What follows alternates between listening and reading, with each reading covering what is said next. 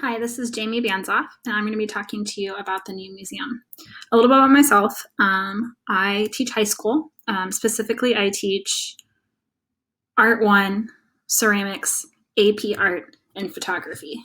While I do think this could work as a good resource for all of my classes, I want to talk specifically about AP art and photography, although I do think some of the essential deeper questions with some of the artwork could also work as an Art 1 conversation or discussion in the classroom as well. So I'm going to start with looking at the museum's website. This is newmuseum.org, which is a pretty straightforward website. But I wanted to kind of work around the website and kind of show you the different things that they offer. As you can see, it's a little bit of information overload, but in a good way. But there is a lot going on here on their online platform. You can see all of the new things with the home delivery, which is a biweekly digest that I'm going to talk to you about in a minute, and the various many resources that they have. There's a lot of different directions you could go here. So the first thing that I'm going to do is go to the About page and talk to you a little bit about the history of the museum, just hitting the highlights. One, this museum did start in 1977. And their values, kind of what the idea of the new museum is: new ideas, new art, which you can see their whole mission statement and values right here. So new art, new ideas. They believe in the essential role of culture to a free and open civil society, which you can see right there. And they talk more about that and kind of their different partner programs.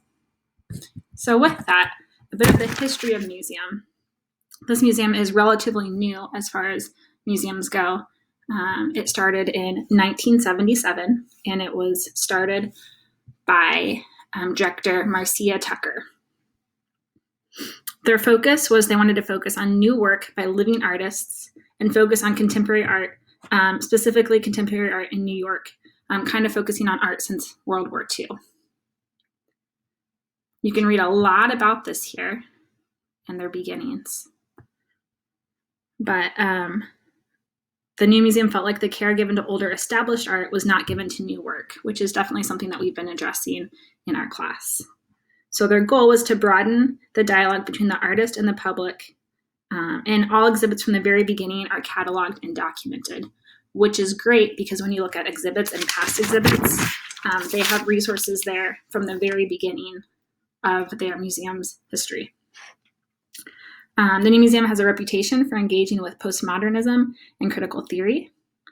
And in the 1980s, they specifically decided not just to focus on painting and sculpture, but increase their emphasis on film, video, television, photography, and performance works. They have quite a few initiatives that they have done. One is they hosted or began a high school program that they launched and then renamed to the Visible Knowledge Program, and it is a resource that they use and work with public high schools. And in 2015, they began the Open Score Annual Art and Technology Conference, which they have every year. And one thing I like too is besides the writing about it above in the history, you can actually see a timeline, which I'm going to zoom through really quickly, but you can see the timeline of them hitting the highlights of the museum. The biggest one is in 2007. They reopened at their current existing location in the Bowery, which we're going to head to next. But you can see like frameworks of identity in the 1980s. You can see all of these different ones, and you can see some of the most important or what they feel are the most relevant exhibitions that they've had. So there's the history of it all the way to where it ends, which I believe in 2017. A little bit about the building. It is a 7-story, 8-level structure, and it was opened, like I said before, in 2007. Here's what it looks like with construction. It was designed by 2 Tokyo-based artists, and in 2010, it was awarded the Pritzker Architecture Prize.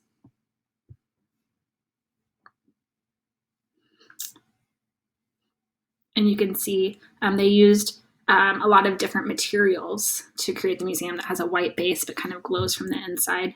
And sometimes they use that with different lighting as well. So I want to head over to the online programs that they have. So I'm going to first go over to Learn, which here they have like a kids menu, they have youth programs, they have a digital archive in chronology from the beginning of the museum up until the current. And they have a lot of public programs as well. And this one for educators, which I'm going to talk about in a second. There's the digital archive. But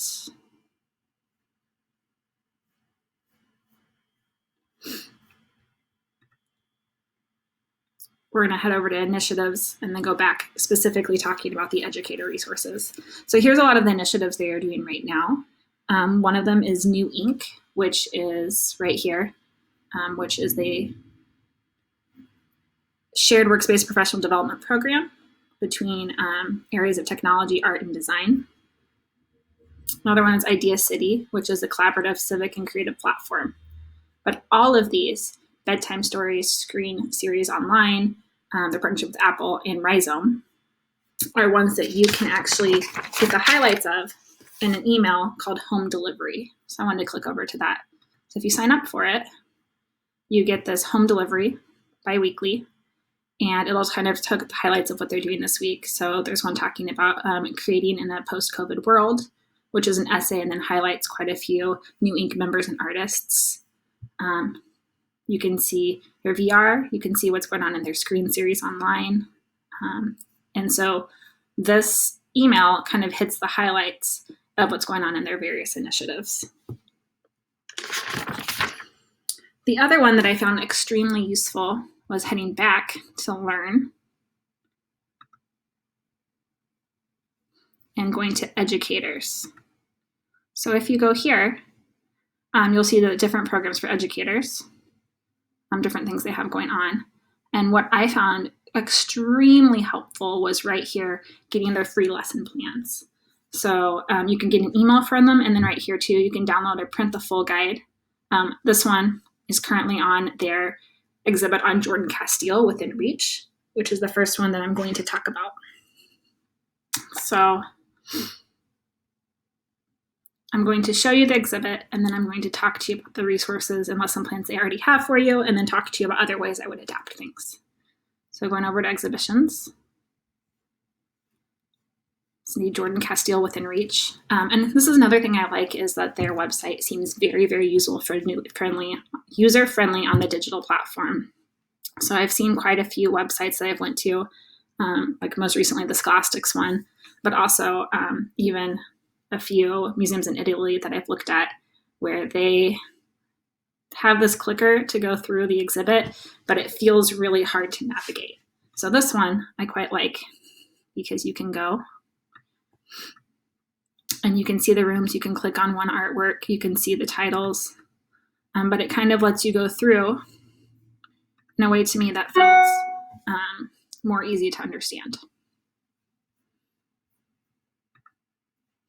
So a little bit about Jordan Castile's show. Her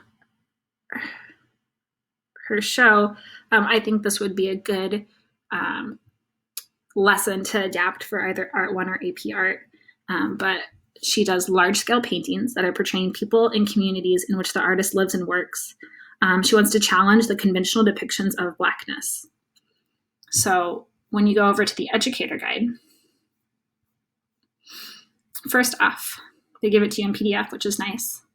It is, I want to say, 14 pages long, and their educator resource, which they do for quite a few of them, has 2 lessons in it, talking about focusing on community, and it gives you a background, it gives you warm-up questions, it gives you an art making and an art reflection for the art making. I like this as an idea of a quick assignment where students would have a class discussion and then unpack one of the artist's works further and then respond with their own work. So this one, they begin with the questions in the community. What does community mean to you? So starting with some questions, responding to community, what it means, and then responding to artwork. So here, if you'll look through this, it talks about other artists that influenced Jordan Castile as well. But looking at it, you might just look at this one artwork and ask, how would you describe this energy in this image? Have the students discuss, write, and respond. She works from what she sees and captures in photographs, so that might be really great to integrate into my photography class as well, about how a photograph can be a platform, or also in AP Art, how you should be documenting and taking pictures of your own work for references and not finding things on Google Images. And then as they look at this, unpacking the artwork more, and then looking through the artist's whole exhibit, and then doing a sketchbook of making a portrait of their own community and responding to the community around them.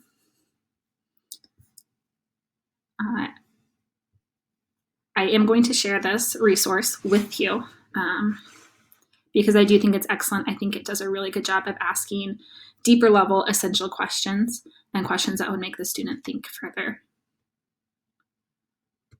So like this one, talking about the sidewalk emptied of people, even talking about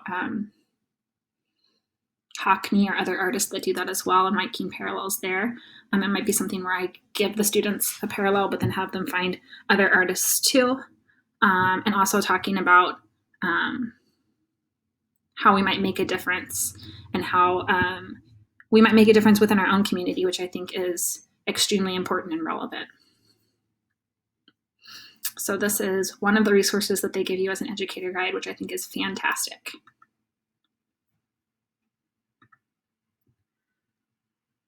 I'm just going to show you one of the other exhibits and then talk about some of the previous exhibits as well.